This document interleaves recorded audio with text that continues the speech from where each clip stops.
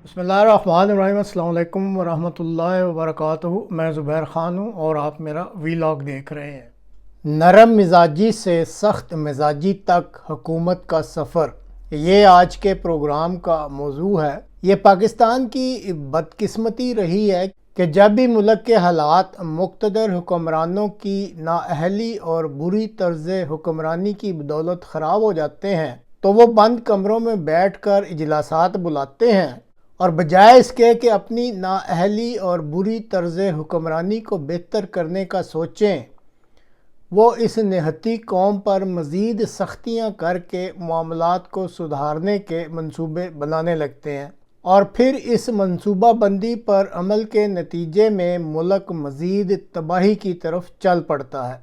इस वक्त पाकिस्तान बेशुमार मुआशी, समाजी, माशरती मसाइल के साथ साथ दहशत गर्दी का भी शिकार है। बुनियादी तौर पर मुल्क में होने वाली दहशत गर्दी पर काबू पाना मुल्क के दिफाई इदारों की जिम्मेदारी है।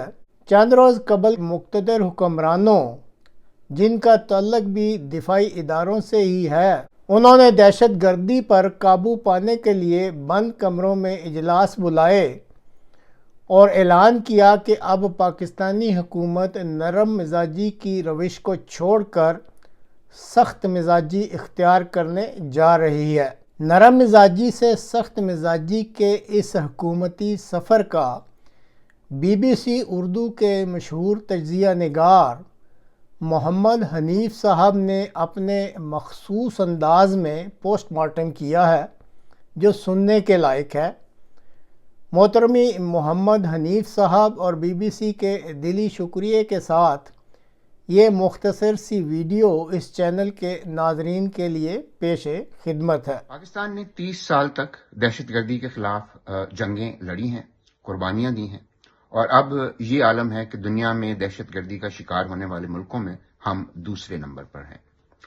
इन हालात में मुल्क के बड़ों का बंद कमरे में इजलास हुआ।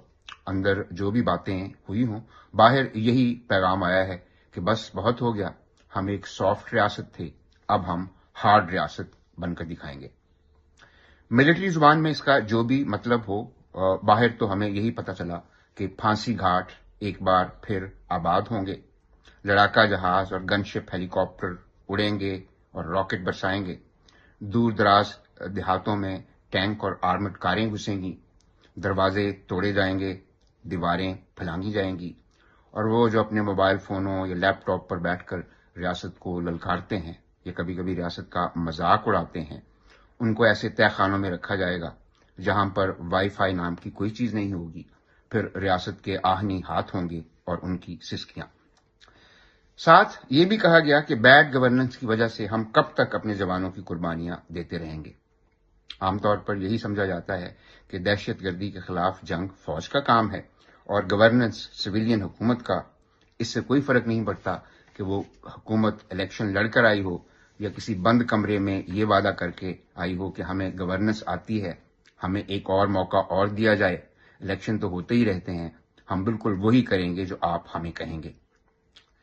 अब जो हुकूमत गुड गवर्नेंस के लिए हार्ड स्टेट के आहनी हाथों की मुहताज हो, जिसके बारे में हर रोज ये सवाल उठता हो कि गवर्नमेंट हमारी है भी या नहीं, वो हमें कुर्बानियों और शहादतों के इस्लाम-ओ-तनाही सिलसिले से कैसे बचाएगी। एक जमाने में अजीब सा नारा लगा था कि रियासत होगी मां के जैसी।